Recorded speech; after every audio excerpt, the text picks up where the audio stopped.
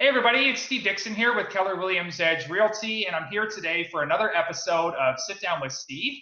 Meghan Manzo has been kind enough to join us from Health and Feeling Homeopathy, and I'm going to pass it over to you, Meghan, to do a brief introduction about yourself.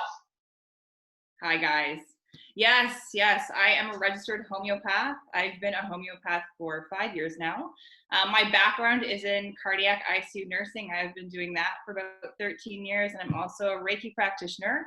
Been doing that for 13 years as well. So I'm pretty lucky. I have my feet in both sets of water. I understand Western medicine to, the umpteenth degree. I've been doing it for a long time. And I also understand Eastern medicine as well. And so my whole point and goal on this planet is to really show that there's a benefit to both, that we don't have to choose one or the other, but there are other options to our health that we can utilize that we maybe aren't aware of. Great. Okay, so I haven't butchered the word yet, but tell us, what is a homeopath? Yes, many people don't understand what a homeopath is. It's okay. I'm a health practitioner. So I'm not a naturopath, that's different. I'm a homeopath. The difference is in the type of medicine that we use. So I see patients of all sorts, men, women, children. My practice is primarily focused on women's health. All ages, doesn't matter. The difference is, again, in the medicine that I use. So homeopathy uses plants and minerals, but here it's in using it in very tiny, tiny doses of that plant or mineral that we're using over incremental periods of time to really regenerate the body's own capacity to heal and to boost the immune system. So our bodies are intelligent, they know how to heal. I always use the example, you cut yourself, your cut, it heals in a couple of days, your body knows what to do. The issue is that over time, when we start to see really chronic things in people that are really sick, the body just doesn't have enough gas or juice to heal those things. Unfortunately, it's 2020, as we know what's happening around the world. The stress is up to here, and we were probably already living very stressful lives to start. Poor eating habits, poor sleep habits, and lots of alcohol. Those things all diminish our healing capacity. Now, listen, it's all right to have a glass of wine here and there, but I think we've turned a corner, and we really just need to come back and focus on, what can we do for our bodies and our systems that are really going to benefit us in the long run, because realistically, at the end of the day, we want to make sure our immune systems are supported, and we want to make sure that we can fight off things that come into our way.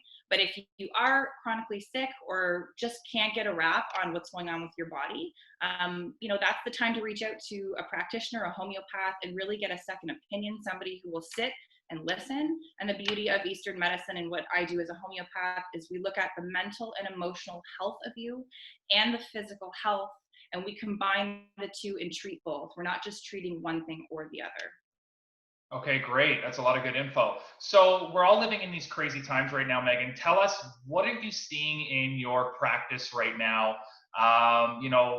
Pre-COVID and now during COVID. Maybe you can elaborate a little bit about that.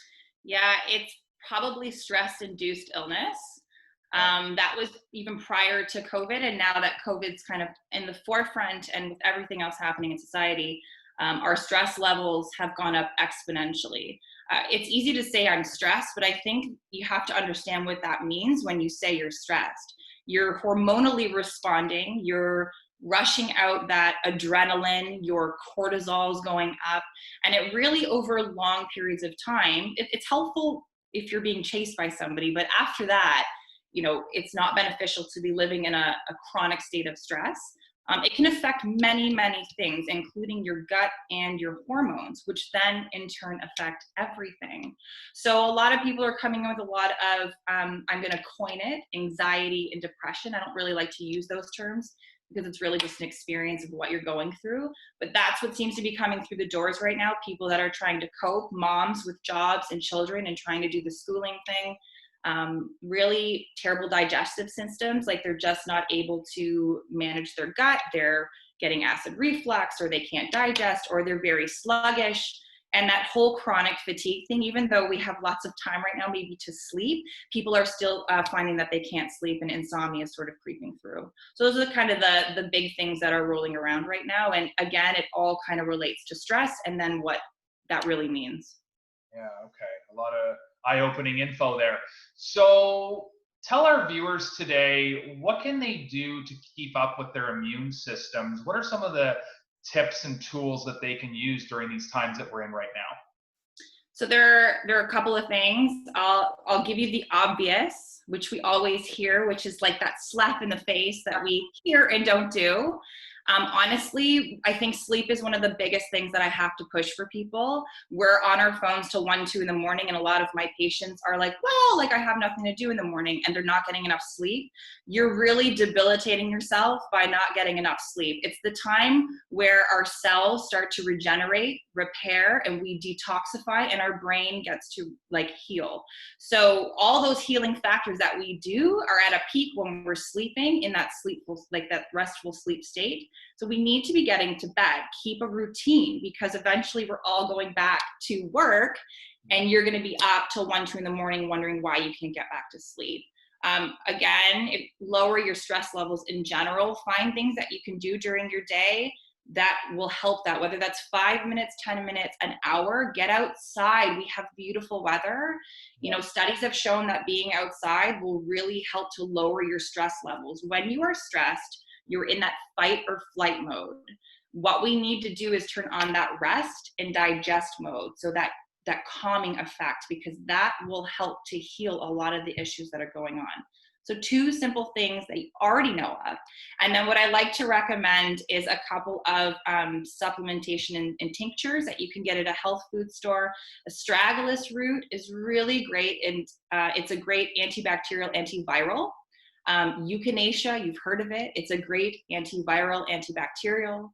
Elderberry syrup or elderberry tablets, huge antiviral, and increase your vitamin C, right? So, I mean, when you're stressed, your digestion slows down and you don't actually absorb probably half the things that you're eating. And so you're almost nutrient deficient, regardless if you're eating chicken and salad every day.